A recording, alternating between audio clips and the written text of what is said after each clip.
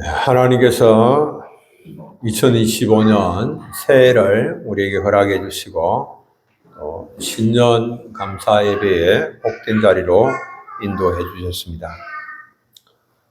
올 한 해도 목적의 이끌림을 받는 한 해가 되어야 할 것입니다. 우리의 인생의 목적은 무엇인가? 하나님의 영광을 위하여서 살아가는 것입니다. 고린도전서 10장 31절은 이렇게 말씀합니다. 너희가 먹든지 마시든지 무엇을 하든지 다 하나님의 영광을 위하여 하라. 우리가 2025년 신년 첫 주를 맞아서 마음에 품어야 할 것은 2025년 한 해 어떻게 하면 하나님께 영광 돌리는 삶을 살아낼 것인가 라고 하는 겁니다. 어떻게 하면 그냥 이렇게 시간이 흘러서 사는 것이 아니라 어떻게 하면 하나님께 영광 돌리는 삶을 살 것인가. 아브라함은 자신의 삶으로 하나님을 영화롭게 하는 삶의 한 길을 보여주었습니다. 어떻게 하면 인생이 하나님께 영광 돌리며 살 수 있는가라고 하는 것을 우리에게 보여준 것입니다. 아브라함이 보여준 하나님께 영광 돌리면서 사는 그 삶은 이런 것입니다. 하나님의 약속을 마음에 딱 새겨서 생각하고 흔들리지 않는 견고한 믿음으로 사는 것. 이것이 하나님을 영화롭게 하는 거예요. 하나님께 영광 돌리는 거예요.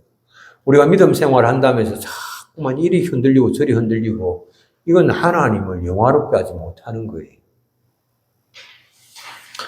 아브라함이 자신의 나이가 100세가 되어서 몸이 죽은 것 같고 그리고 아내 사레의 태가 죽은 것 같았음을 알았을 때에도 그가 강한 믿음으로 하나님께 영광 돌렸다. 성경 그렇게 말씀합니다.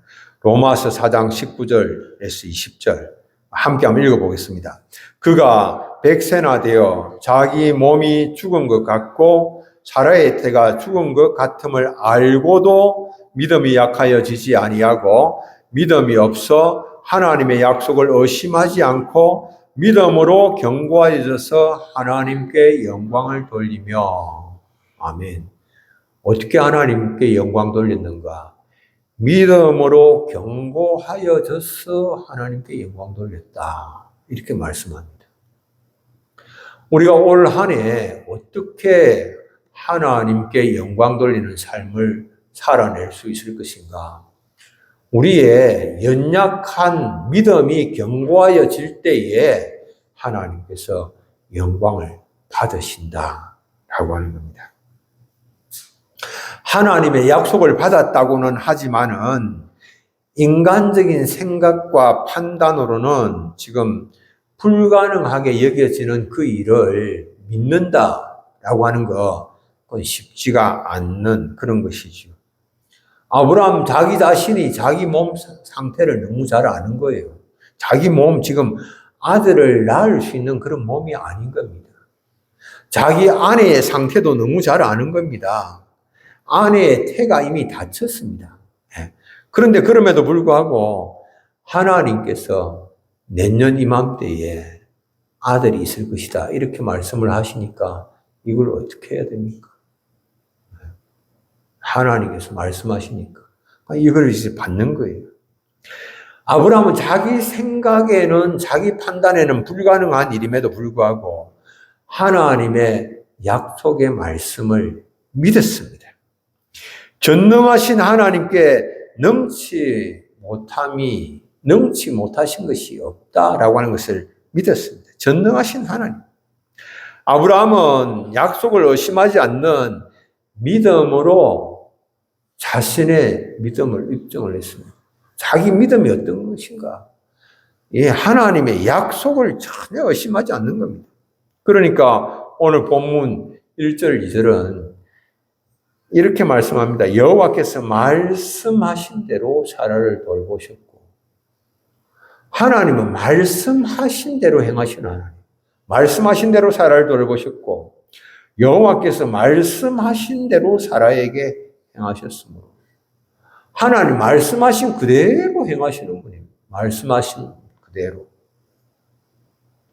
그리고 2절은 사라가 임신하고 하나님이 말씀하신 시기가 되어서 노년의 아브라함에게 아들을 낳았으니, 말씀하신 때에 역사하시는 하나님.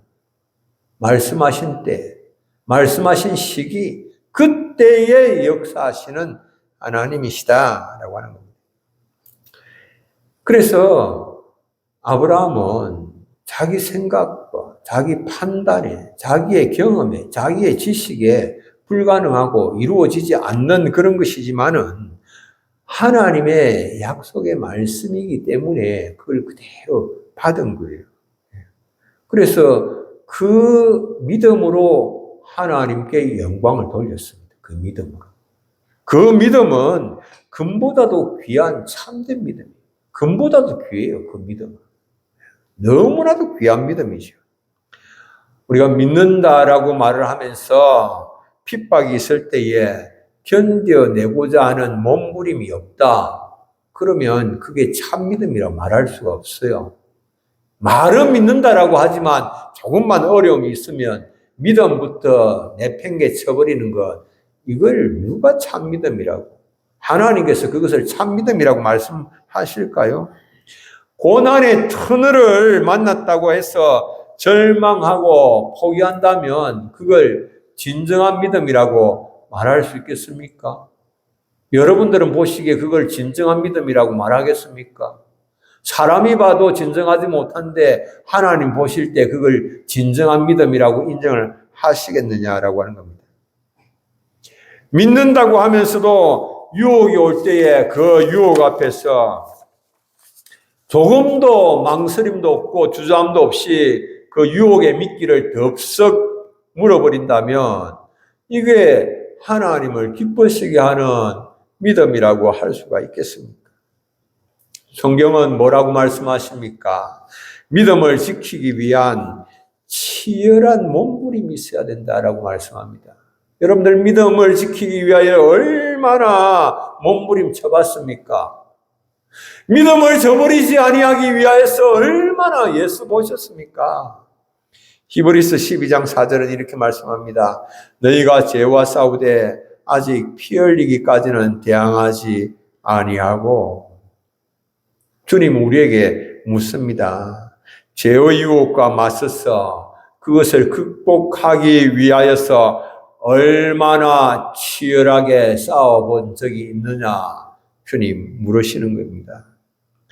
시험과 고난과 유혹 가운데에 믿음이 약하여지지 않기 위하여서 얼마나 몸부림쳐 봤느냐, 주님 말씀하시는 것입니다. 우리가 견고한 믿음으로 하나님께 영광 돌릴 수가 있습니다. 올 한 해 견고한 믿음을, 우리가 견고한 믿음으로 걸어야 되는데 어떻게 견고한 믿음으로 하나님께 영광을 돌릴 수가 있는가? 첫째, 우리가 기억해야 될 것은 약속의 말씀을 이루시는 정하신 때가 있다. 하나님께서 일하시는 그 미리 정하신 일들을 행하시는 때에 정하신 때가 있다라고 하는 사실입니다.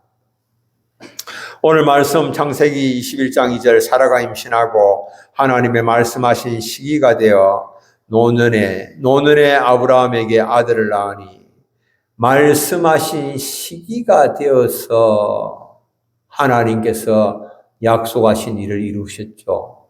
말씀하신 시기가 어떤 때입니까? 하나님이 정하신 때지요. 그때. 모든 것은 하나님의 장중에 있습니다. 만사는 하나님의 뜻에 따라서 하나님의 때에 하나님께서 이루십니다. 하나님의 때에 하나님께서 이루십니다. 여러분들, 우리가 이걸 믿어야 됩니다. 이 세상에 우연히 일어나는 일은 있습니까? 없습니까? 없습니다. 여러분들 우연히 일어나는 일은 없습니다. 모든 것이 하나님의 장중에 있습니다. 하나님의 뜻 가운데, 하나님 계획하심 가운데, 하나님의 때에 일어나는 것입니다.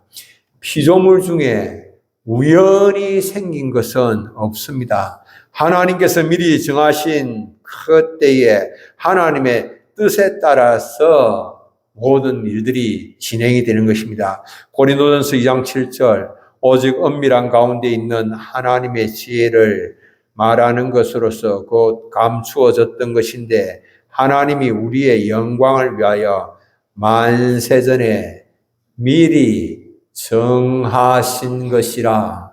만세전에 전능하신 하나님께서 미리 정하신 그 뜻 가운데 진행이 되는 것입니다. 모든 일이 하나님의 장중에 있습니다. 미리 정하신 하나님의 뜻에 따른 것입니다.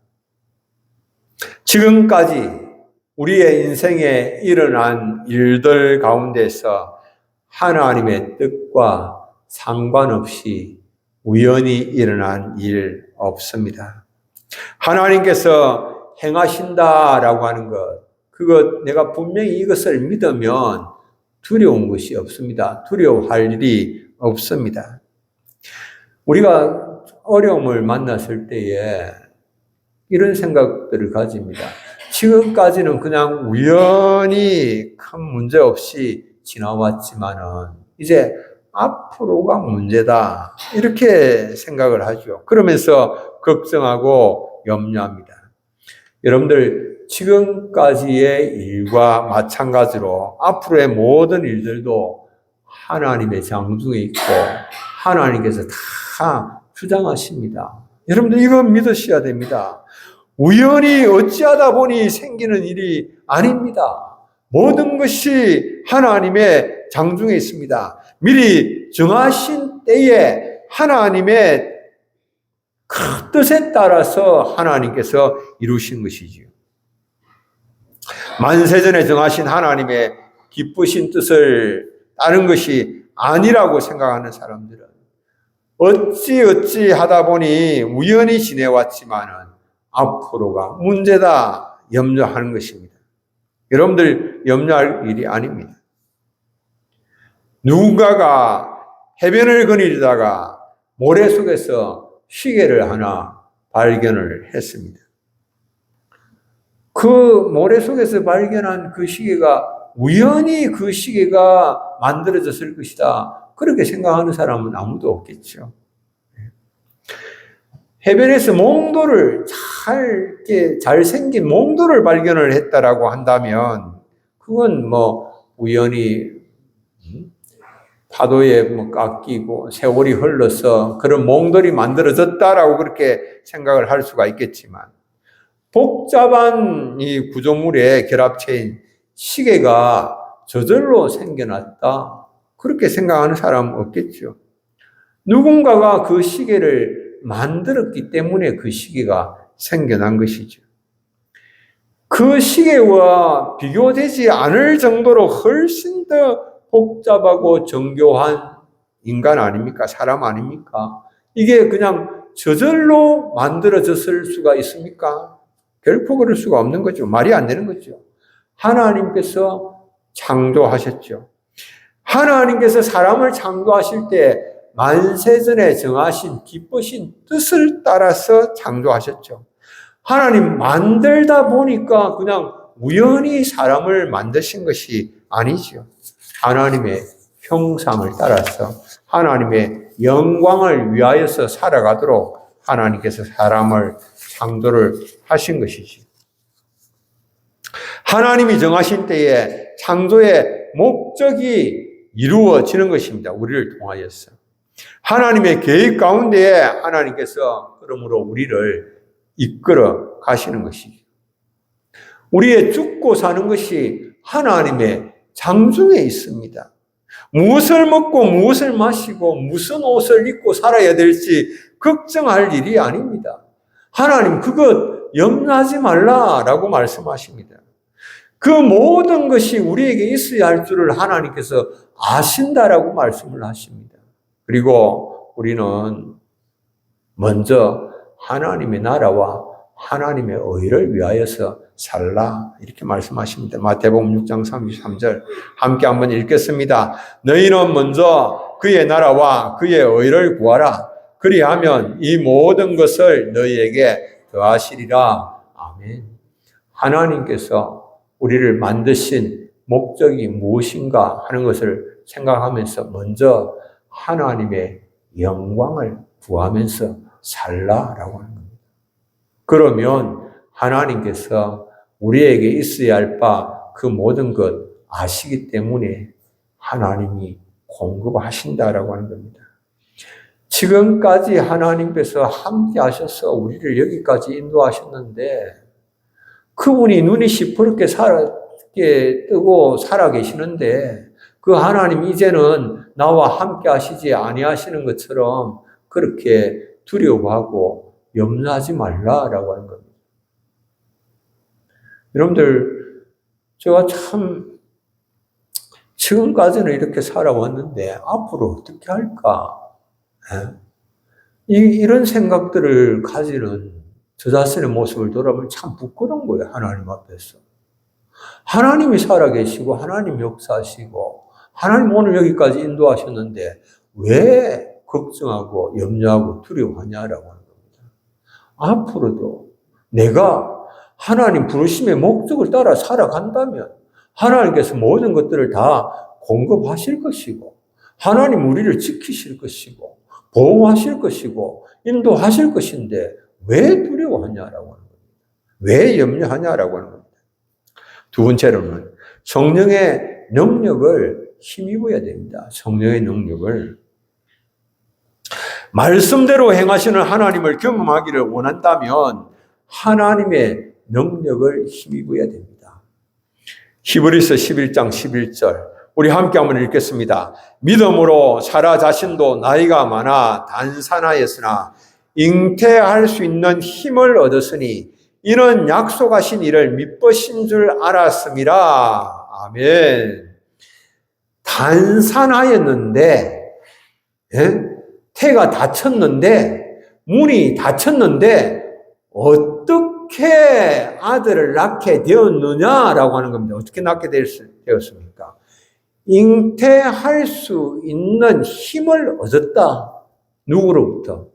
성령으로부터, 하나님으로부터 잉태할 수 있는 힘을 얻어서 그래서 아들을 낳게 되었다라고 하는 것입니다. 단산하였음에도 불구하고 이삭을 낳을 수가 있었던 것은 하나님께서 주시는 잉태하는 힘을 얻었기 때문에 가능한 것이었다라고 하는 겁니다. 사라는 자신이 잉태한다는 말을 들었을 때 믿지 못했어요. 그래서 웃었습니다. 창세기 18장 12절에 보면 사라가 속으로 웃고 이르되 내가 노쇠하였군. 내 주인도 늙었으니 내게 무슨 즐거움이 있으리요. 이때 웃는 것은 기분 좋아서 웃는 게 아니에요. 이때 웃는 것은 비웃는 겁니다. 내가 지금 생리가 끊어진 걸 내가 아는데 누구보다도 내 자신이 잘 알고 있는데 내가 지금 아들을 낳게 된다라고 하니까 생리가 끊어진 여인이 무슨 아들을 낳는다 말이야. 말도 되지도 않는 소리 하고 있어. 사라가 비웃은 것입니다. 죽은 태가 잉태하기 위해서는 초자연적인 능력을 힘입어야 됩니다. 하나님의 능력이 임해야 하는 것이죠. 아브라함과 사라는 하나님의 신실하심을 믿었고 그리고 잉태할 수 있는 힘을 얻었습니다. 두 사람은 늙어서 아이를 생산할 능력이 없었지만은 주께로부터 생산할 그 능력을 받게 된 것이죠. 이삭은 기적의 자녀입니다. 기적의 자녀. 자신의 생리가 끊어진 것을 이미 알고 있었기 때문에 그 내년 이맘때에 아들을 얻게 되리라고 하는 그 말씀을 듣고는 코웃음을 쳤지만은 사라가 어떻게 하나님께서 그 약속을 이루어 주실 것이라고 처음에는 코웃음을 쳤는데 믿게 되었을까? 여러분들 어떻게 믿게 되었겠습니까? 믿게 되고 서로가 합심합력하여서 이제 이삭을 얻게 된 건데 어떻게 믿게 되었을까?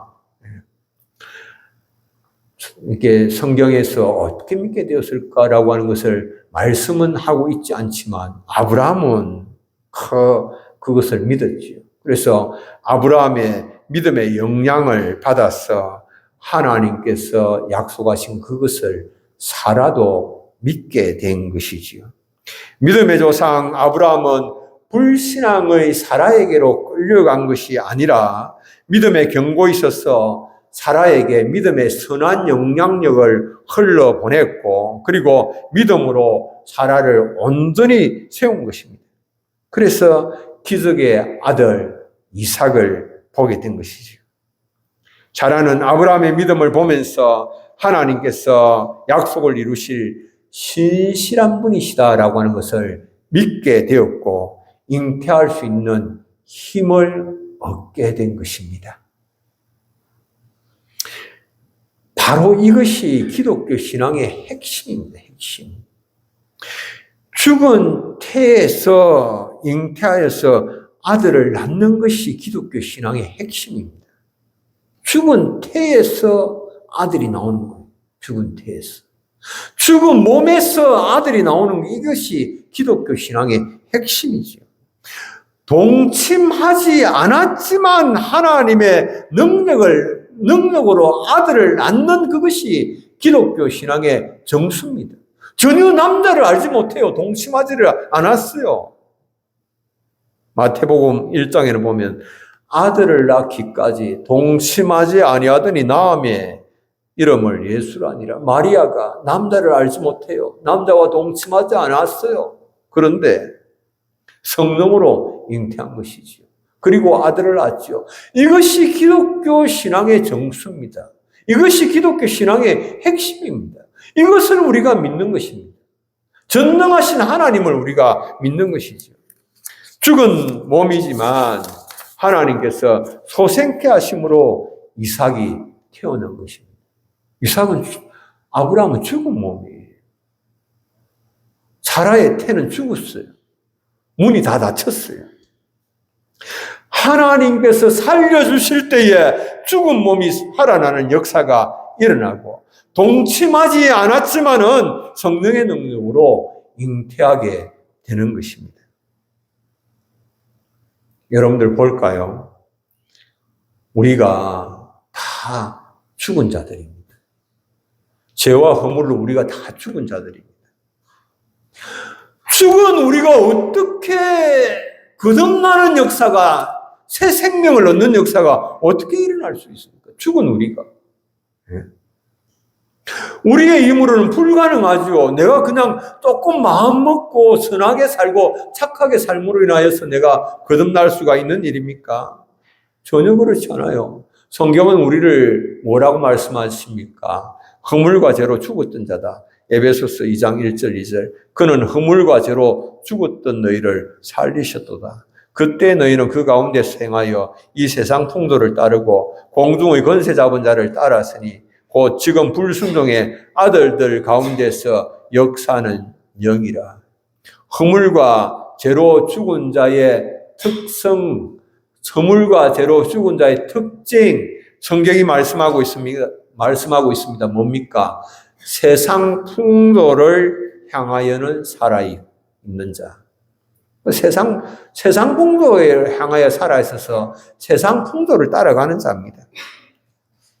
공중권세를 잡은 자를 향하여는 살아가는 자, 살아있는 자, 공중권세 잡은 자의 마귀입니다. 어둠의 영입니다. 그래서 어둠의 영이 이끄는 대로는 그것에는 민감하고 민첩하게 반응합니다. 그런데 하나님을 향하여는 죽은 자. 이게 우리의 거듭나기 전에 사람들의 모습이에요. 하나님을 향하여는 죽은 자들입니다.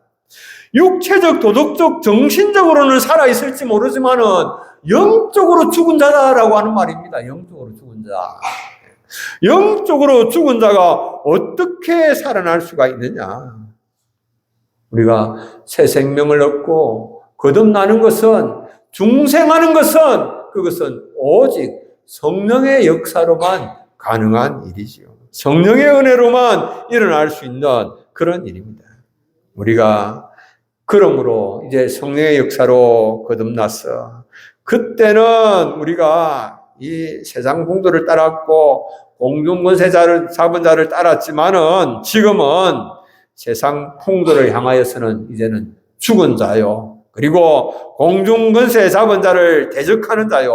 하나님을 향하여서는 이제는 산 자다.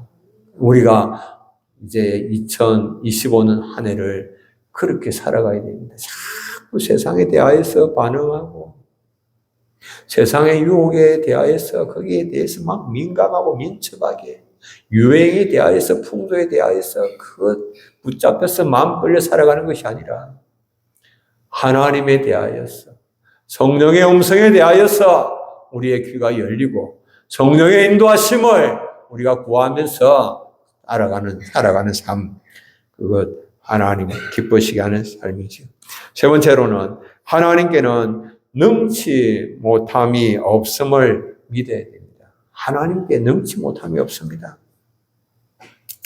내년 이맘때에 사라에게 아들이 있으리라고 하시는 이 말씀을 들을 때에 사라의 반응이 무엇이었습니까?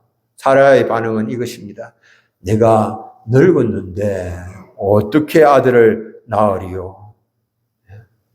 내가 늙었는데 어떻게 안 된다라고 하는 겁니다. 이게 인간의 반응이지요. 이 사람의 반응이지요. 그런데 하나님은 뭐라고 말씀하십니까? 창세기 18장 14절 우리 함께 한번 읽겠습니다. 여호와께 능하지 못한 일이 있겠느냐? 기한이 이를 때에 내가 네게로 돌아오리니 사라에게 아들이 있으리라. 아멘. 여호와께 능하지 못한 일이 있겠느냐? 여호와 그분은 어떤 분입니까? 전능하신 하나님.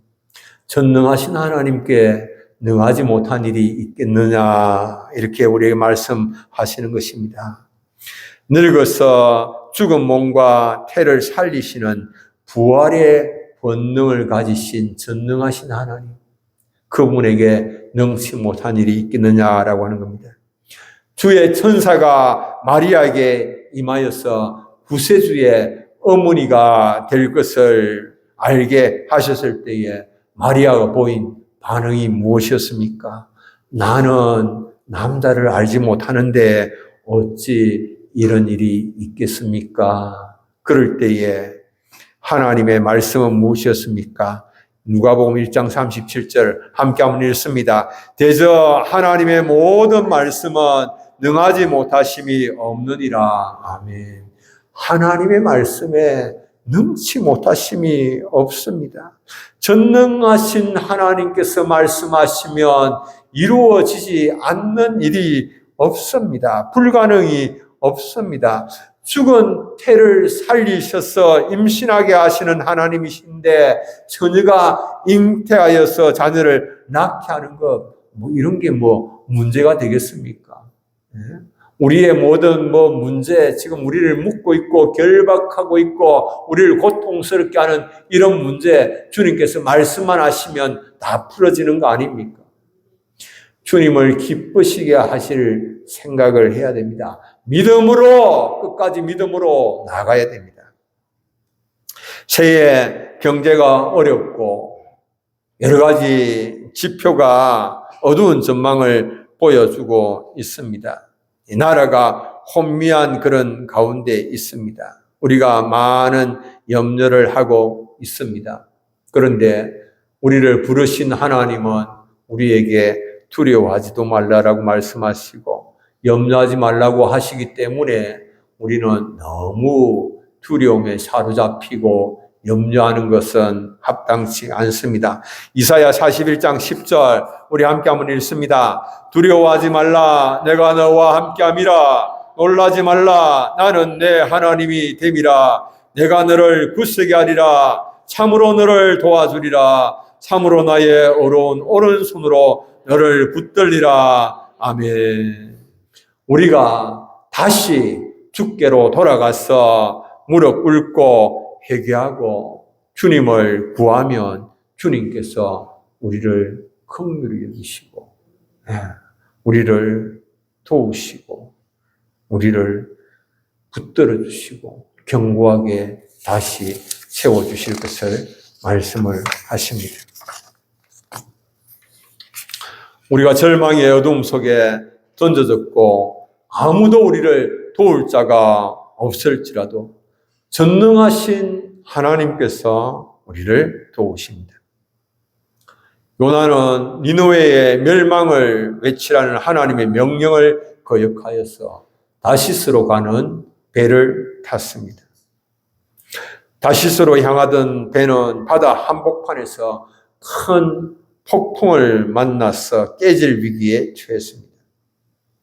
재앙이 누구로 인하여서 일어났는지 제비를 뽑으니까 요나가 뽑혔습니다. 이에 요나는 자기가 여호와의 얼굴을 피함으로 발생한 그런 폭풍임을 실토를 하였습니다. 바다가 점점 더 흉룡하여져 갔습니다. 사람들이 노를 지어서 배를 육지로 돌리고자 하였으나 아무 소용이 없었습니다. 모두가 요나를 지키기 위하여서 최선을 다해 보았지만 배에 있는 물건을 다 던지고 가볍게 하는 그런 노력들을 기울여 보았지만 아무런 소용이 없었습니다. 누구도 요나를 도울 수가 없었습니다. 요나는 마침내 바다에 던져졌습니다. 폭풍이 휘몰아치는 그 바다에서 하나님 외에는 요나를 구원할 자 아무도 없었습니다. 전능하신 하나님만이 요나를 구원하십니다. 하나님은 큰 물고기를 준비하셔서 요나를 삼키게 하셨고 요나를 구원하셨습니다. 그리고 그에게 다시 말씀으로 찾아오셨습니다. 누구도 우리를 도울 수가 없습니다. 지금 현재 우리나라의 이 상황, 이 형편 아무도 도울 수 없습니다. 아무도 도우려고 하지도 않습니다. 오히려 밟고 올라가려고 시도할지도 모릅니다. 오직 전능하신 하나님만 우리를 도우실 수가 있습니다. 이것이 우리가 주님 앞에 다시 회개의 무릎을 꿇고 주님의 얼굴을 구해야 하는 이유입니다. 이삭의 출생은 아브라함과 사라가 자신들의 힘으로는 더 이상 아무것도 할 수 없는 상태에 이르렀을 때에 이루어졌습니다. 아브라함의 몸은 죽었고 사라의 태도 다쳤을 때에 일어난 사건입니다. 여러분들, 기적의 역사는 그렇습니다. 내가 더 이상 할 수 있는 힘이 없고 내가 더 이상 사용할 수 있는 수단과 방법이 없는 종국의 일은 바로 그 시점에 기적의 역사가 일어난다라고 하는 사실입니다. 천부여 어지없어서 손들고 옵니다.